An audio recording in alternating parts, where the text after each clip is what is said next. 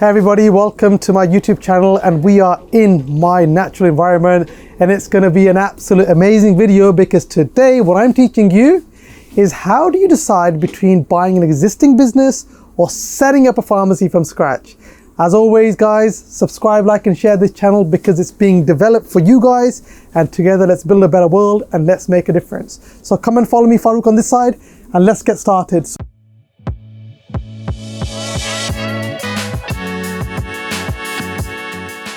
In the previous video, I explained to you about this video series that we're doing on how to set up a community pharmacy business in the UK. And this video is going to be about how you're going to decide if you should buy an existing pharmacy or if you should set one up from scratch. And it's a question that I get asked all the time. Faheem, what should I do? And let me show you something. I've actually put some notes down here that I'm going to be using to make sure that we hit every single beat right on target. That's the plan today, folks. So it's going to be amazing. I need you to enjoy. I need you to subscribe, like and share, and let's make it work. So first things first, let's break this video down.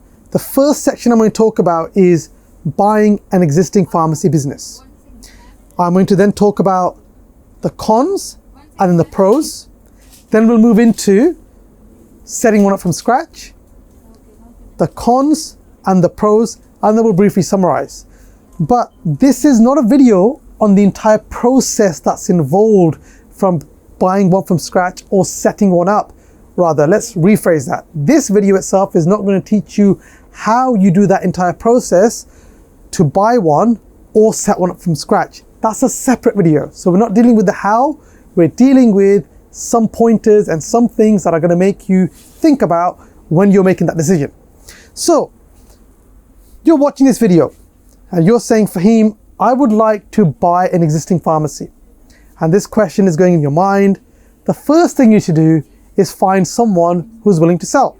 So you have to find the seller. And what you might do, you might use some guerrilla tactics, as Farouk calls them, where you start to call up your local pharmacies and say, hello, my name is XYZ. Can I speak to the owner? Are you looking to buy your pharmacy? Might be a bit, no, well, not buy your pharmacy. Are you looking to sell your pharmacy? Might be a bit weird, like why are you asking that question? But you could try that. Another way might be to find a seller, and that is speaking to friends and family. Maybe you might know friends, family who've got contacts, or maybe they've got a pharmacy, and you could approach them and say, look, are you looking to sell your pharmacy? Another way that you might find easier to do, and it might work with you, and that is getting hold of some agents or going to an agency. It's like when you want to buy a house, right? You could either approach directly or you go through an agency. And there's many agencies, by the way, that will also help you through this process and advise you and so on. Some names are Christian Co's, you've got Hutchings, you've got Healthcare Plus. If you want any advice on who to go with and some pointers, get in touch. I'm more than happy to help you. So that's the first thing. And what they do is they bring the buyer and the seller together and we make the deal happen. And sometimes that's a bit easier because they do all the negotiating, they do all the legwork, but as you know, nothing in life is for free, so there is a cost to this element. So make sure you keep that in mind, that there is going to be a cost. So now we're in a position where you say, hey Faheem, I've actually found the seller. Now tell me a bit about the cons. If I was going to think about actually buying an existing pharmacy, what sort of things should I think about in terms of the negativity?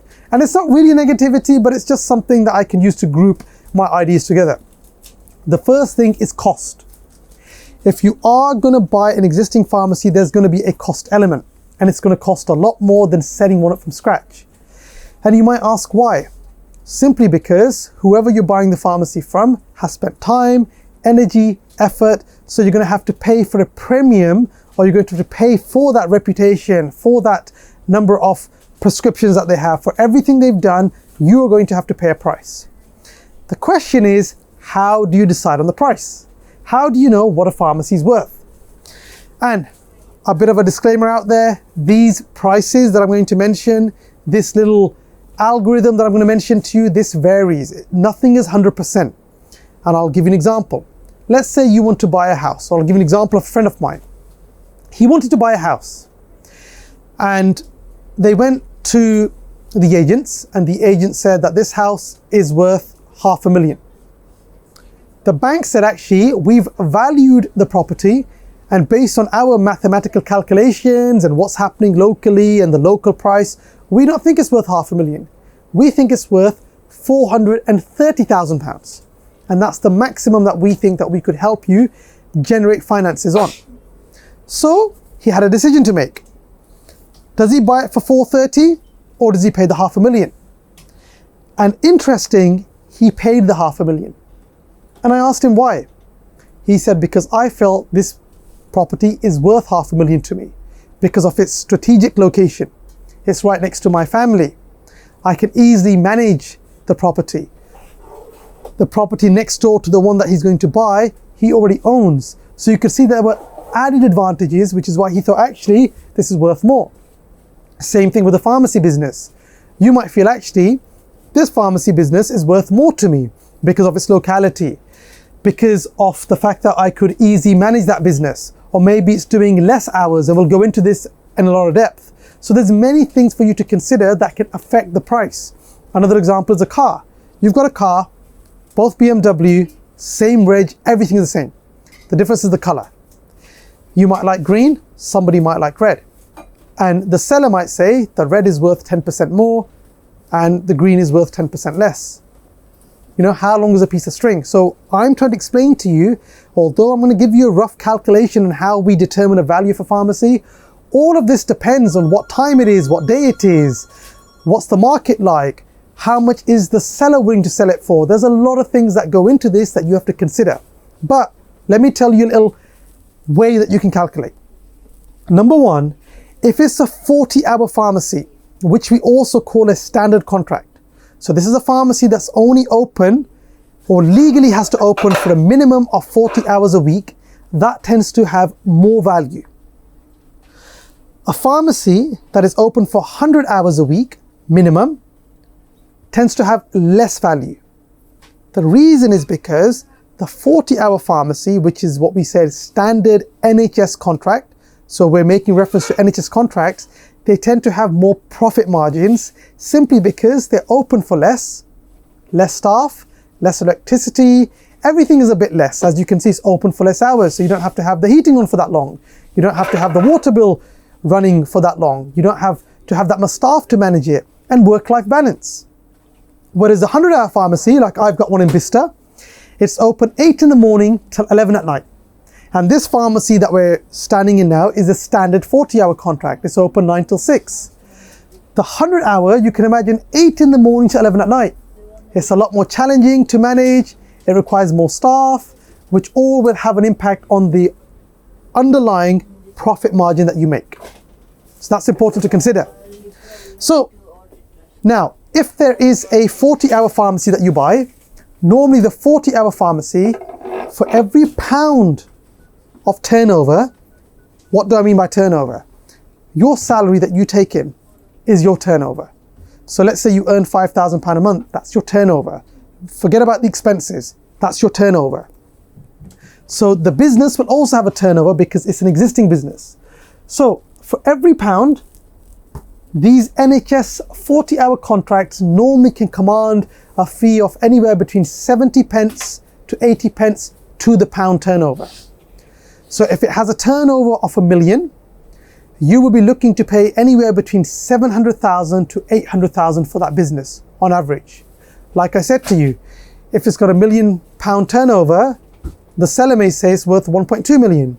So this price is like giving you an average. And for those of you who are sitting there saying, oh, Faheem, that's not true, the calculation is different, it doesn't matter. This is an average out there.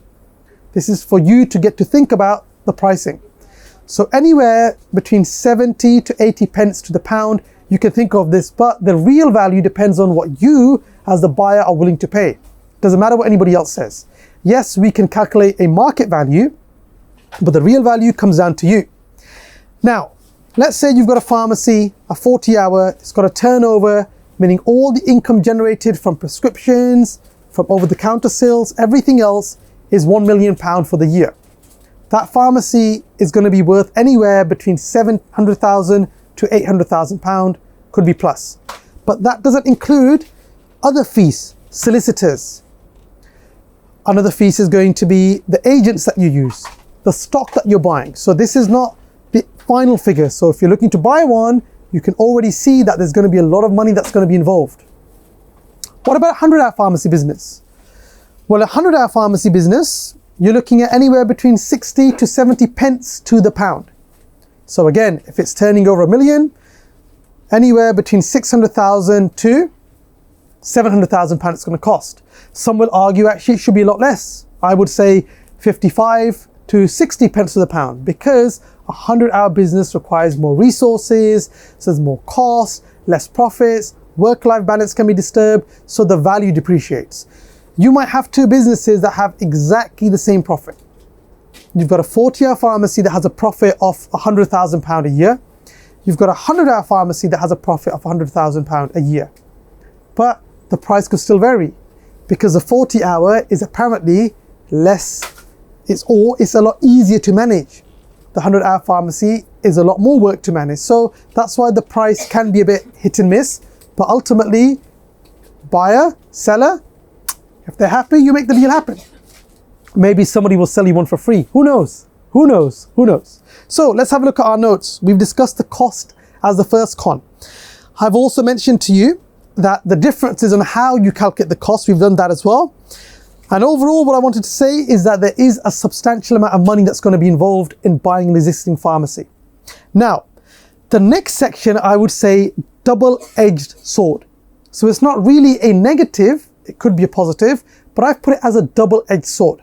If you're going to buy an existing pharmacy, think about it, you're also inheriting the reputation. Now, let's say you decide to open up a restaurant. That reputation is there now. That business has been running for, or let's say not open up one, let's say you look to buy an existing restaurant. That reputation is there. Doesn't matter what sign you put out there under new management, whatever it might be, that reputation is there. So you're inheriting that. Could be a negative, could be a positive. Depends on what the relationship of that pharmacy has been. How do you determine the actual reputation? That's a tricky question. How do you know what people think about that pharmacy? Maybe go into Google reviews, have a look at them. So the various elements, speak to local surgeries, but there's a lot to think about there. So that's one double-edged sword. Another thing is the staff. Again, you can imagine double-edged sword. Maybe that staff is not the same wavelength as you, not the same ideals, not the same profile of staff. Like imagine buying a football club. That's the players that you have, and that's the players that you have to deal with. You can start to make changes, moving out, bringing in, making negotiations, but again, that requires work, effort, time, and legals and so on. But remember, you have a responsibility to your team. Always make sure you treat others the way you'd like to be treated. So that's important to remember. What else have we got? Existing relationships. So you already are inheriting that existing relationship with suppliers. If that pharmacy has maybe missed some payments or doesn't have a good track record with suppliers, you've inherited that particular issue. So we've got double-edged sword. So cons number one, cost. Then we're looking at the existing reputation, existing staff, existing relationships. So you have to think about this. Now, what about the pros? I think if you buy an existing pharmacy, the most important thing is it's already been set up. So that pharmacy has already been set up. And with that pharmacy already set up, you can leverage that because they're already making money. You could go to the bank, you can get a loan, you can grow and so on. So there's benefits to a pharmacy that already has income coming in because you can leverage that and it's easier to expand, and more importantly, less work has to be put in because it already exists. Hence, you're paying a price for that. So these are some of the pros, that if I buy an existing business, number one, it's already making money because you'll have access to the accounts, and we're going to discuss how you read accounts in a separate video. It's already making money. It already has a profit. There's already a team that exists. It already has a good reputation. So I don't have to spend 5 years, 6 years building it up. All positives, right? So that's some of the good things about it. And for some of us, depending on your age, your circumstances, you don't want to go and put in the hard hours and work to set one up from scratch. So these are some of the pros itself. What about setting one up from scratch? What if you say, Faheem, I've listened to what you've said, and this is an expensive business. I'd like to set one up from scratch. The first thing you have to do is you have to find an opportunity. Now, going back 10, 12 years ago, there used to be certain excluding factors where you could set up a pharmacy without having to justify there's a need. Right now, majority of new pharmacies, you have to demonstrate that there is a need to have a pharmacy in place. There are still certain exemptions that do exist, but you have to demonstrate there's a need for a pharmacy. When we set up a 100-hour pharmacy business, all we had to do is say, right, we're willing to open up for 100 hours a week, and you were granted a pharmacy. It doesn't matter where it was. But now, to set one up from scratch, you have to get an NHS contract. So we're not talking about a private pharmacy, we're looking at an NHS contract. You have to get an NHS contract, and for that you have to demonstrate to the NHS that there is a need for a pharmacy. It's not impossible, but that means that there's going to be work involved, there's going to be applications involved. Do you have the experience to fill it out? If you have any questions or need advice, do get in touch. But that's something that I would say is like a con. It's a bit of a negative because there's more work involved. It's not that straightforward. So that's one thing to remember. Another thing is that there is no historic value. You're setting up this business from absolute scratch. So there's no turnover, there's no relationships. So when you go to look to open accounts for suppliers, they might say, we're not willing to give you any credit, meaning that you pay then and there and you get the stock.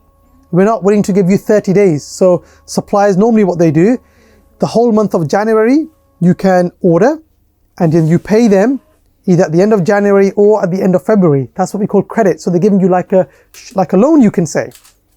But if you don't have an existing business, they might say, we're not willing to give you this credit because we have no idea what your risk is. You're brand new to the game. It's a brand new business. You have no prescriptions. We're not willing to give you any credit because there's no guarantee you're going to make money. So that's the issue that happens there. And then you'll need experience to pick the right location. You'll need experience to fill out the application form. So again, these are not necessarily negatives, but I've grouped them up as negatives because it requires some prior experience. So have a look what else we have. Again, it can take years to set this business up from start to finish. It requires a lot of time. When I set up with my family and with God's will, when we set up the 100-hour pharmacy in Bicester, it took a lot of time from scratch. We did it from scratch, but it required a lot of effort. But that was something that we wanted to set up because at that time I never had $500,000 or $300,000 or $200,000 to invest in a existing business. So we decided to set it up from scratch. But it requires time, it requires effort, sleepless nights, and taking a risk. So that's important for you to remember. The pros, on the other hand, are, the positives are less cost, less debt. You'll learn a lot more maybe because you are setting one up from scratch. So that learning potential that you have is absolutely amazing. And I always say invest in this. We have the new cars, the new mobiles, everything we have, but invest in yourself. Very, very important. So you might say, I want to challenge myself. I want to go from start to finish. What's the worst that will happen? I'll learn, right? And there's no such thing as failure. There's only learning. We don't say we fail. Me and Farouk say that all the time. It's not what we failed, we're learning. Okay, it's an expensive learning habit because you've lost a lot of money, but you're learning. So again, let's summarize what we've discussed. If you are going to look to set up a pharmacy, do you buy an existing pharmacy or do you start from scratch? Think about it. If you buy an existing one, there's cost, there's reputation, there's time, there's effort, but the rewards might be there quicker. Setting one up from scratch. Again, less cost, less debt possibly, but you need experience. You need to fill out forms. There's a slight loopholes that loopholes that you have to jump through in order to make sure that you get this contract. You have to demonstrate to the NHS there's a need. Yes, for those of you watching, you might know of some exclusions. There are exclusions. But if you visit Primary Care England and so on, and type in Google, market entry requirements for setting up a new pharmacy, you'll get information there. So as always, subscribe, like and share. Thank you for watching, and let's together, you and me, let's build a better world and let's make things happen. Thank you for watching.